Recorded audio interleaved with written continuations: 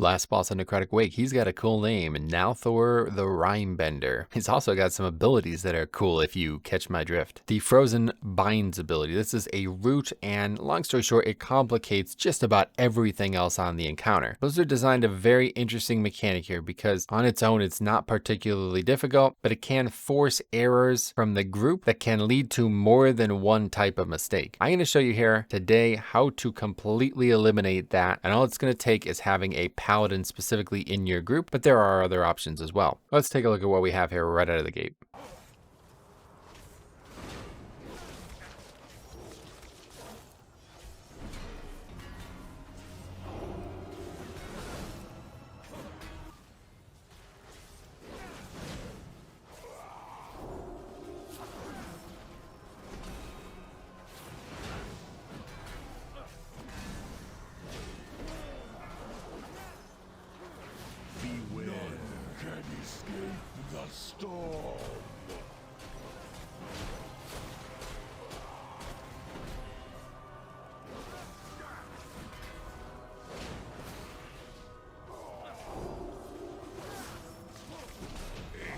So at first glance, it might not be abundantly obvious what's going on, so let me explain exactly what you need to understand. First things first, Blessing of Freedom is a 25-second cooldown, and this boss seems to use that ability every 25 or so seconds. I'm not exactly sure if there is a little wiggle room on that or what's going on, but I have done this before on Paladin where Blessing of Freedom is not actually up. And I think the trick here is simply using it as early as you could recognize it. Like, don't wait until the last second, because that's what's really important about this trick. You need the freedom on the person before the boss finishes the cast. So he's going to put Frozen Binds out on a person. You put Blessing of Freedom on that person, so when the root picks that person, they are immune to it, and it simply never goes out. This is more important than it sounds. Obviously, if you just snap dispel it, it also kind of never goes out, but its secondary effect will still have happened, that being rooting anybody who is in it when it's removed. If you do the freedom before it goes out, nothing happens with the ability. It simply does not get applied. Now, that's why this is such an interesting mechanic, because it's one of those things that I think early on Blizzard expected people, when they weren't too familiar with the mechanic, to constantly make that mistake and dispel somebody immediately and then just root the entire group and have wipes over that. Well, as the years have passed, people have gotten really good at doing that type of mechanic, very basic type of mechanic after all, and now it creates a new problem, which you see all the time, especially in these lower keys, but also in groups with very selfish melee DPS. The way the mechanic should be handled optimally is the person with it should run out of melee range, so nobody else has to be leaving melee range. In this case, we have potentially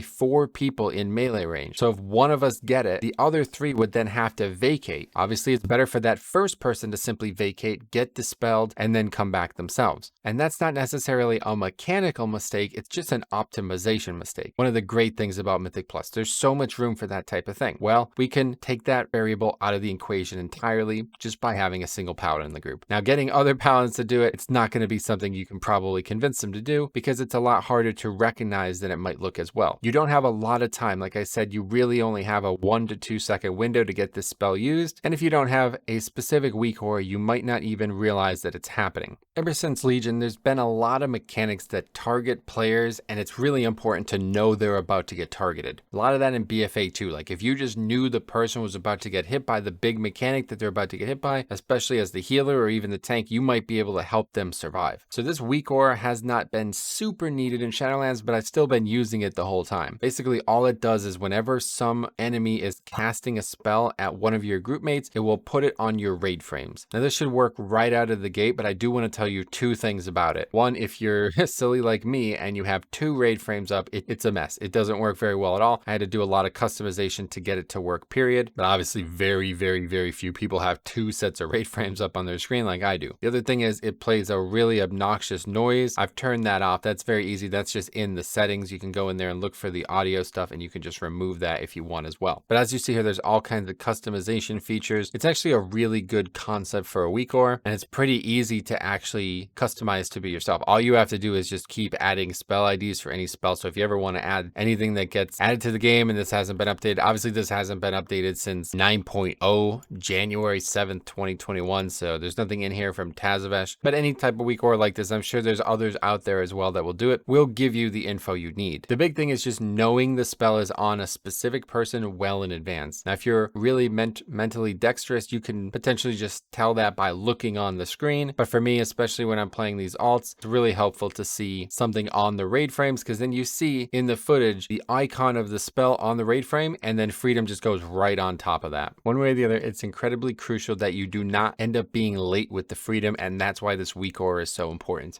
If you put the freedom out after the root has gone out, you will simply dispel it from that person. And especially if they didn't actually move out of melee, then you'll just end up rooting the entire group, and the healer will probably be really mad at you if you're not the healer. It can take a little bit to get used to. And like I said, there might be a second or two where you don't actually have freedom up. I always play it safe. Don't risk freedoming late. Just skip that one if needed. A good time to do that would be if a ranged has it, and then there's no reason for anybody to be concerned. But this will save some really big moments, especially in the lower keys, where the melee DPS just aren't going to run out anyway. Like you see in that footage, these guys aren't going anywhere. They're completely oblivious that the mechanic's even on them. So me freedoming them just ends up saving my own DPS as the tank. In a higher key, a group where somebody actually knows what they're doing, you know, they're probably going to run out anyway, and you freedom them, that's kind of wasting their own DPS. So maybe just let them know. But regardless, it makes this mechanic 10 times easier, and it will take the healer's attention completely off that mechanic. They'll never have to do it on the entire fight as long as you have a single paladin. But what else can do this? I honestly don't know for sure. I'm 99% sure Tiger's Lust can do the same, but it might not, because Blessing of Freedom says specifically that it makes you immune to those types of mechanics. Either way, Tiger's Lust is a 30-second CD, but I think those are the only two abilities in the game that can actually be placed on another player that would work this same way. So if anybody has any additional insight into other ways this can be done, please do comment down below. Obviously, Paladin's not super meta right now, but on that off chance you did bring a rep Pally, this could be a really big play. So thank you for watching. Hope this helps. Hope to hear more thoughts in the comments down below. Otherwise, stay tuned for more videos like this, and we will see you guys in the next one.